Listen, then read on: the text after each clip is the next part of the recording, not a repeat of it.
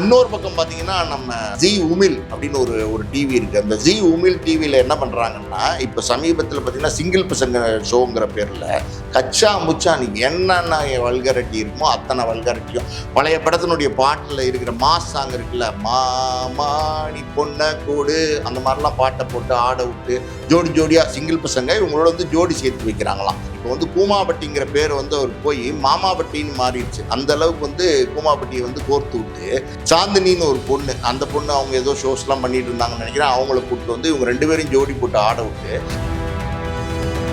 ரொம்ப வேகமாக ஒருத்தவங்க வளர்றாங்கன்னு வச்சுக்கோங்களேன். அந்த அளவுக்கு வேகமாக வந்து சரிஞ்சிருவாங்க. அதான் உண்மை. இப்போ கூமாபட்டியோட வளர்ச்சியெல்லாம் பார்த்தீங்கன்னா ரொம்ப வேகமாக வளர்ந்துட்டார். பயங்கரமாக பார்த்தீங்கன்னா திடீர்னு வந்து பிரபலமாகி இவ்வளோ பெரிய உச்சத்துக்கு போயிருக்கார். பெரிய ஒன்றும் சாதனையெல்லாம் பண்ணல, இந்த மாதிரி சின்ன சின்ன மலிவான ஷோஸ்லாம் பண்ணிட்டு இருக்கிறாரு. ஸோ அதை வச்சு இப்போ வந்து பிரபலமாக இருக்காரு. ஆனால் அந்த பாப்புலாரிட்டி வந்து ரொம்ப நாளைக்கு நிலைக்காது. பல நேரங்களில் நம்ம பார்த்துருக்கோம். இன்னைக்கு வந்து பஸ்லேருந்து இறங்கும் போது ஏதோ ஆக்சிடென்ட் ஆயிடுச்சுன்னு சொன்னாங்க. அதுலேருந்து அதே போல் அந்த ஷோவில் ஜட்ஜாக இருந்தவர் பார்த்திபன், அவரும் பார்த்தீங்கன்னா இந்த ஷோ வந்து ரொம்ப நீங்கள் சொன்ன மாதிரி வந்து மலினமாக இருக்குன்னு அவர் நினைச்சாரா என்னன்னு தெரியல, அவர் வெளியேறிட்டார் அப்படின்னு தகவல். பார்த்திபன் வந்து ஷோ வந்து செக்ஸியாக இருக்குது அப்படிங்கிறதுனால தான் வெளியேறிட்டார்னா அதுக்கு வந்து எனக்கு வந்து மறுப்பு கருத்து இருக்கு.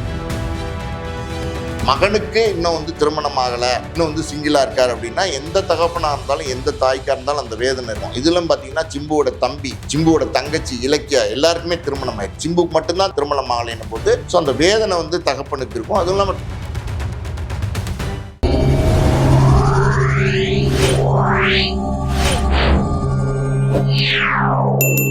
மீடியா சர்க்கிள் நேயர்களுக்கு வணக்கம். இன்றைக்கு நம்ம நேர்காணலுக்காக ஆஸ்கார் மூவிஸ் தயாரிப்பாளரும் திரைத்திறனாய்வாளருமான பாலாஜி பிரபு அவர்கள் நம்மோடு இருந்துக்கிறார். அவரோட பேசலாம். வணக்கம் சார். வணக்கம். கூமாபட்டி நபர் பார்த்தீங்கன்னா சோசியல் மீடியாவில் சில மாதங்களுக்கு முன்னாடி ரொம்ப வைரல் ஆனார். எல்லா சேனலும் போய் பேட்டி எடுத்தாங்க, நம்மளும் போய் பேட்டி எடுத்திருந்தோம். அதுக்கப்புறம் பார்த்தீங்கன்னா அவருடைய வளர்ச்சி ஒரு அசுர வளர்ச்சின்னு கூட சொல்லலாம். ஒரு முன்னணி தொலைக்காட்சியில் ஒரு டான்ஸ் ஷோலையும் முக்கியமான ஒரு நபராக பார்ட்டிசிபேட் பண்ணியிருக்காரு. குறிப்பாக அந்த ஷோவை தூக்கி நிறுத்துறதே அவர் தான் கூட சொல்லலாம். ஏன்னா அவரால் தான் அந்த ஷோவே வந்து பிரபலம் அடைகிற அளவுக்கு ஆகிடுச்சு.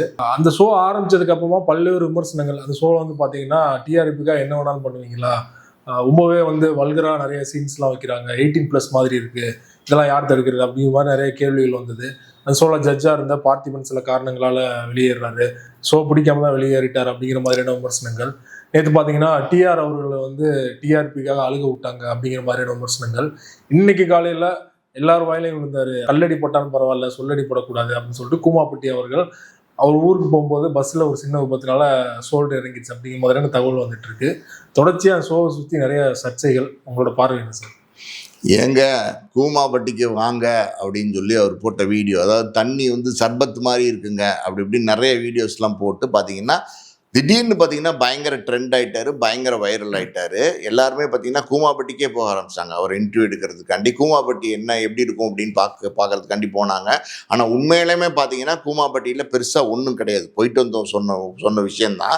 அது இல்லாமல் பார்த்தீங்கன்னா கூமாபட்டி அங்கே அந்த வைரல் ஆனதுக்கப்புறம் ஒரு வாரத்தில் பார்த்தீங்கன்னா ஒரு 20 சேனல் கூமாபட்டியில் போய் வந்து காத்துட்டு இருந்தாங்க கூமாபட்டி தங்கபாண்டியனுடைய இன்டர்வியூக்காண்டி. ஆனால் அவர் பார்த்தீங்கன்னா பல சேனலில் பார்த்தீங்கன்னா இன்டர்வியூலாம் கொடுக்க முடியாது அப்படின்னு சொல்லி துரத்தி விட்டுருக்காரு. இதுதான் வந்து உண்மையாக நடந்தது.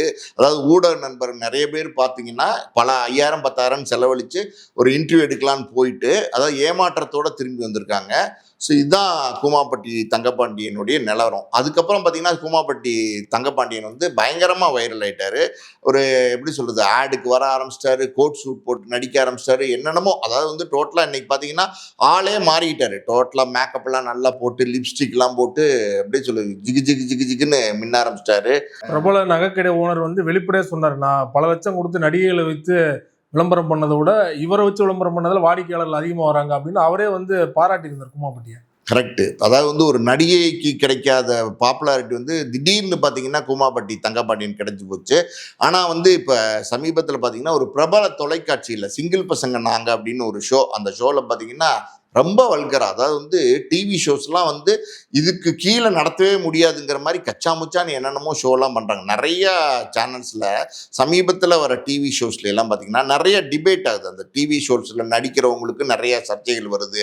நிறைய பேர் பார்த்தீங்கன்னா பெரிய லெவலில் வந்து விமர்சனம் பண்ணுற மாதிரி நிறைய விஷயங்கள் நடக்குது. ஒரு பிரபல தொலைக்காட்சி, அந்த பிரபல தொலைக்காட்சியில் வந்து பார்த்தீங்கன்னா ஒரு ஒரு ஷோலாம் பண்ணுவாங்க. 100 நாள் ஒரு வீட்டிலே இருக்கிற மாதிரி ஷோலாம் பண்ணுவாங்க. அந்த ஷோல எல்லாம் பார்த்தீங்கன்னா அந்த அந்த செலக்ட் பண்ணி அனுப்புகிற ஆளுங்களே பார்த்தீங்கன்னா, அதாவது இந்த குழாயடி சண்டை போடுவாங்கல்ல, அந்த மாதிரி பிரபலங்களை தான் செலக்ட் பண்ணி அனுப்புகிறாங்க. அங்கே உள்ளே போய் அவங்களுக்கு வேலை என்னென்னா அடிச்சுக்கணும், அதுக்கு தான் காசு. அதாவது வந்து ஒருத்தர் பயங்கரமாக அடிச்சுக்கிட்டிங்கன்னா ஒரு ஃபஸ்ட்டு வாரத்துக்கு 20,000 கொடுத்தாங்கன்னா அடுத்த வாரம் 30,000, அடுத்த வாரம் 40,000ன்னு அந்த ரேட்டை வந்து ஏற்றிக்கிட்டே போகிறாங்க. ஸோ இந்த பணம் வந்து மேக்ஸிமம் நம்ம வந்து சம்பாதிக்கணுங்கிறதுக்காண்டி இந்த 100 நாள் போய் இங்கே என்னென்னமோ அட்டகாசம்லாம் செய்கிறாங்க. அதுவும் இல்லாமல் பார்த்தீங்கன்னா அந்த தொலைக்காட்சியிலேருந்து வந்த பல பிரபலங்கள், ஷோஸ் பண்ணுற பல பிரபலங்கள் இன்றைக்கி நிறைய பேர் வந்து விமர்சனத்துக்கு உள்ளாகிறாங்க. இந்த மாதம்பட்டி ரங்கராஜ் டாய் கிஸ்லா கேஸ் வந்து பெரிய அளவில் பேசப்பட்டு இருக்கு. அதே மாதிரி விஜய் சேதுபதி பார்த்தீங்கன்னா ஒரு ஷோ ஹோஸ்ட் பண்ணுறாரு. அந்த விஜய் சேதுபதி மேலுமே ஒரு பாலியல் குற்றச்சாட்டு வந்துச்சு.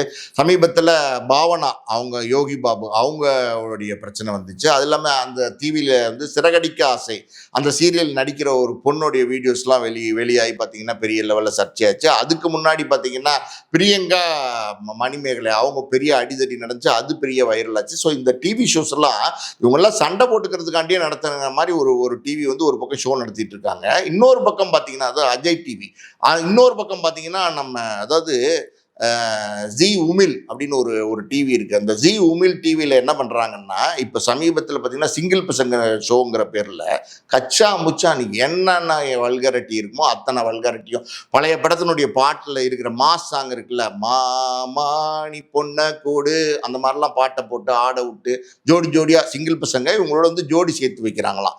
அதாவது நம்ம கூமாபட்டி, இப்போ வந்து கூமாபட்டிங்கிற பேர் வந்து அவருக்கு போய் மாமாபட்டின்னு மாறிடுச்சு. அந்த அளவுக்கு வந்து கூமாபட்டியை வந்து கோர்த்து விட்டு சாந்தினின்னு ஒரு பொண்ணு, அந்த பொண்ணு அவங்க ஏதோ ஷோஸ்லாம் பண்ணிட்டு இருந்தாங்கன்னு நினைக்கிறேன், அவங்கள கூப்பிட்டு வந்து இவங்க 2 பேரும் ஜோடி போட்டு ஆட விட்டு இவங்க சும்மா வந்து வெளியில் போகிற மாதிரியான வீடியோஸ்லாம் நிறைய இப்போ எடுத்து இன்ஸ்டாவில் ரீல்ஸில் எல்லாம் போடுறாங்க.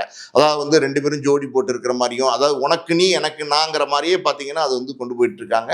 ஸோ அதில் வல்காரிட்டியினுடைய உச்சம் சார். அதாவது எந்த அளவுக்கு வந்து வல்காரிட்டி பண்ண முடியுமோ அந்த அளவுக்கு வல்காரிட்டி பண்ணுறாங்க. நான் ஒரு ஷோ ஒன்று பார்த்தேன். அதில் என்ன அப்படின்னா 2 பேருக்கும் கண்ணை கட்டி விடுறாங்க. கண்ணை கட்டி விட்டுட்டு ஓன் ஜோடி யாரு அப்படின்னு சொல்லி அடையாளம் கண்டுபிடிக்க சொல்றாங்க. ஸோ அந்த கண்ணை கட்டிக்கிட்டே பார்த்தீங்கன்னா நம்ம கூமாப்பட்டின்னு சொல்றதா மாமாப்பட்டின்னு சொல்றதா அவர் வந்து அப்படியே தேடி போறாரு, அவர் ஜோடியை கரெக்டாக கண்டுபிடிச்சிடறான். அதான் அவர் என்னென்னமோ எங்கெங்கயோலாம் தொடுறாரு அந்த அந்த டிவி ஷோவில். ஸோ இந்த மாதிரி பார்த்தீங்கன்னா இந்த அளவுக்கு வந்து இப்போ கேவலமாக வந்து ஷோஸ் நடத்த ஆரம்பிச்சிட்டாங்க. இன்னைக்கு வந்து டிவியெல்லாம் ஆரம்பத்தில் வந்தப்போ பார்த்தீங்கன்னா நல்ல கௌரவமான ஷோஸ்லாம் நடத்திட்டு இருந்தாங்க.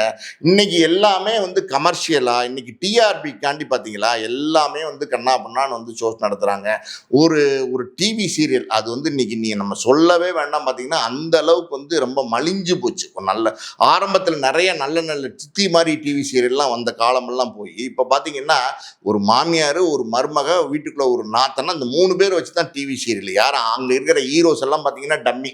அவங்கெல்லாம் சும்மா வந்து டெய்லி சோப் போட்டு குளிச்சுட்டு நல்ல வெள்ளையும் சொல்லையும் போட்டு மம்மி ஆஃபீஸ் போயிட்டு வரேன் அப்படின்னா அவன் ஆஃபீஸ் போனதுக்கு பிறகு மாமியை வேலையாப்பா, இந்த மருமகளை கஷ்டப்படுத்துவான், அந்த நாத்தனை வந்து கூட சேர்ந்துக்குவான். இந்த மாதிரியே பார்த்தீங்கன்னா டிவி சீரியல்ஸ்லாம் இப்போ போயிட்டுருக்கு.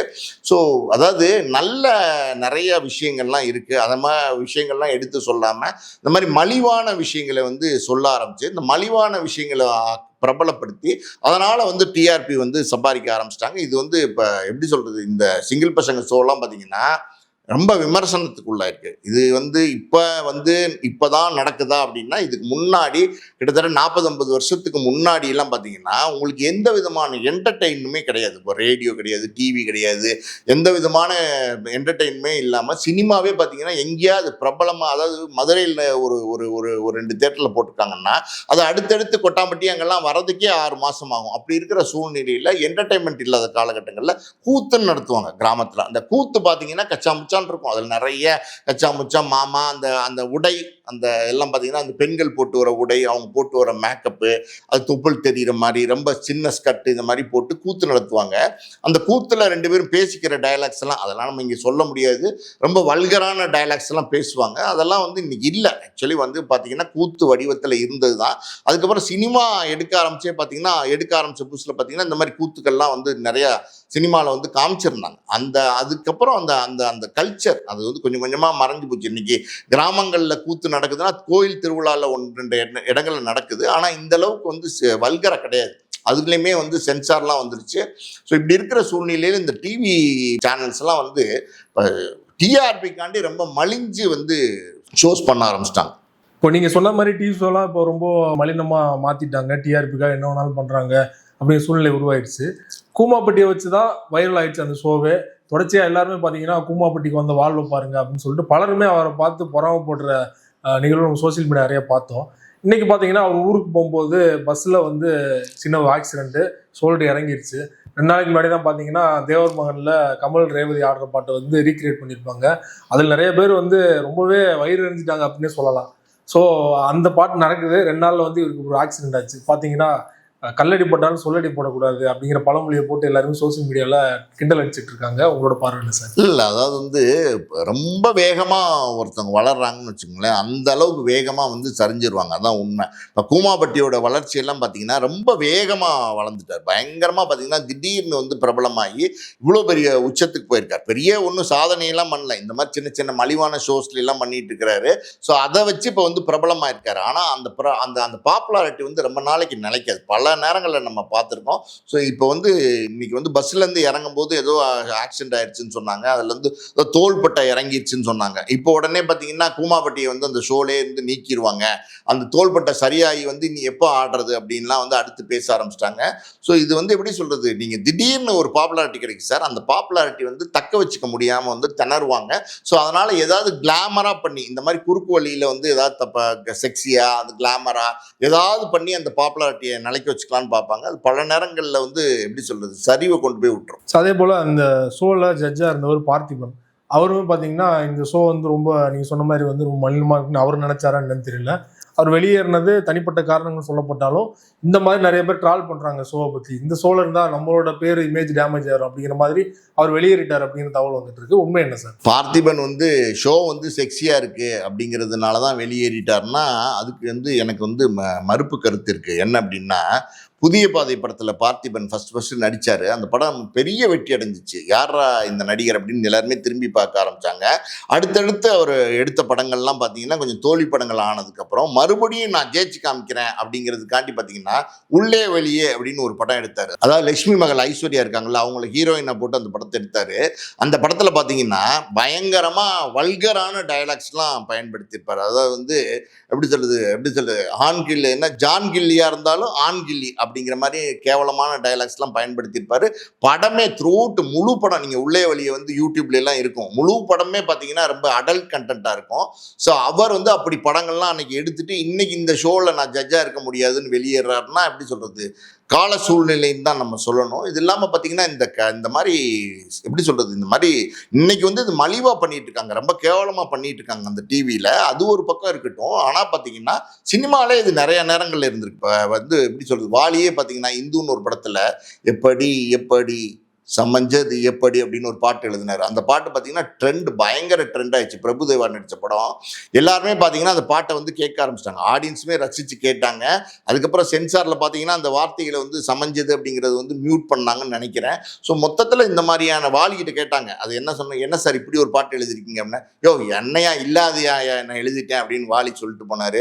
அப்புறம் பாக்கியராஜ் அவரோட படங்களில் பார்த்தீங்கன்னா எல்லாமே அடல்ட் கண்டென்ட் தான். முந்தானை முடிச்சு முருங்கக்காய் கண்டென்ட்லேருந்து பல கண்டென்ட் வந்து அடல்ட் கண்டென்ட் தான் சொல்லியிருக்காரு. முந்தானி முடிச்சுல பார்த்தீங்கன்னா தீபா நினைக்கிறேன், அவங்க வந்து பார்த்தீங்கன்னா ஒரு டீச்சராக இருப்பாங்க. ஸ்லீவ்லெஸ் போட்டுக்கிட்டு தொப்புளு கீழே சேலை கட்டிக்கிட்டு வந்து வயசானவங்களுக்கு வந்து பாடம் எடுப்பாங்க. முதியோர் கல்வி அப்படிங்கிற மாதிரி பாடம் எடுப்பாங்க. அவங்கள பார்த்தீங்கன்னா எல்லாரும் வந்து தீபாவை ஜொல்லு விடுறதுக்காண்டியே பார்த்தீங்கன்னா அந்த கிளாஸுக்கு போவாங்கங்கிற மாதிரி வந்து அந்த காட்சி அமைப்பு பண்ணியிருப்பாரு.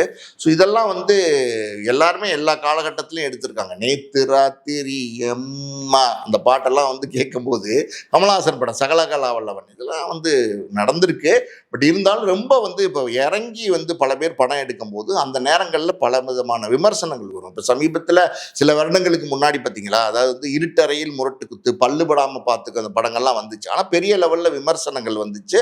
அதனால தொடர்ந்து அந்த மாதிரி படங்கள் எடுக்க மாட்டாங்க. ஆனா அதெல்லாம் நம்ம தியேட்டர்ல போய் தான் பார்க்க போறோம், குழந்தைகள் அனுமதிக்க போதில்ல. ஆனா இது பாத்தீங்கன்னா குழந்தைகளும் திடீர்னு டிவியில ஸ்க்ரால் பண்ணும்போது பாத்தீங்கன்னா இந்த மாதிரி பாட்டு வரும்போது அப்படிங்கிற மாதிரியான விமர்சனங்கள் வந்துட்டு இருக்கு. இல்லை இது வந்து சார் இப்போ யூடியூபர், அதாவது இந்த இந்த அந்த சேனலில் போடுற அந்த கண்டென்ட்டு ரொம்ப வந்து தரம் தாழ்ந்த கண்டென்ட்டாக இருக்குது. அதுலேருந்து எந்த மாற்று கருத்தும் கிடையாது. ஆனால் நீங்கள் வந்து இப்போ யூடியூப்பில் போய் பார்த்தீங்கன்னா யூடியூப்பில் பயங்கர மோசமான கண்டென்ட்லாம் இப்போ வந்து வர ஆரம்பிச்சிருச்சு. அடல்ட் கண்டென்ட் தான் ஃபுல்லாகவே. ஸோ அதுக்கெலாம் ஏ சர்டிஃபிகேட் இருக்கா, ரெஸ்ட்ரிக்ஷன் இருக்கா அப்படிங்கிற மாதிரி எதுவுமே கிடையாது. இன்னும் சொல்லப்போனால் புருஷன் பொண்டாட்டியே பார்த்தீங்களா, தங்கு தங்கு தங்கு தங்குன்னு வந்து ரீல்ஸுங்கிற பேரில் வந்து 2 பேரும் ஆடி பாட்டால் வந்து அப்லோட் பண்ணுறாங்க.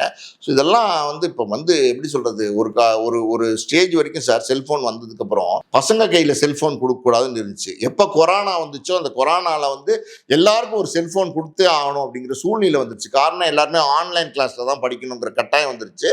ஸோ அதுலேருந்து பசங்களாம் சின்ன பசங்கள்லாம் வந்து இப்போ செல்ஃபோனுக்கு ட்ரெயின் ஆகிட்டாங்க. ஸோ அவங்க வச்சிருக்க செல்ஃபோனை அவங்க எந்த விதத்தில் யூஸ் பண்ணுறாங்க அப்படிங்கிறது வந்து பேரண்ட்ஸ் வந்து என்னதான் கவனிச்சாலும் அந்த ஏஜ் வந்து எப்படின்னா இந்த மாதிரியான விஷயங்களை பார்க்கறதுக்கு தான் அவங்களுக்கு வந்து தூண்டும். ஸோ இதெல்லாம் வந்து இப்போ நிறைய வந்துட்டாலும் கூட இதெல்லாம் வந்து கண்டிக்க தகுந்த ஒரு விஷயம் தான். குறிப்பாக அந்த ஷோவில் வந்து இன்னொரு ஜட்ஜாக இருக்க ஒரு டிஆர், அவர் சிம்புக்கு வந்து கல்யாணம் ஆகலை அப்படிங்கிற வருத்தம் வந்து டிஆருக்கு இருந்திருக்கும். அதே வந்து கண்டென்ட் ஆக்கி டிஆர் அழுக வச்சுட்டாங்க அப்படிங்கிற மாதிரியே நேற்று ஒரு விமர்சனம் வந்திருக்கு இல்லையா?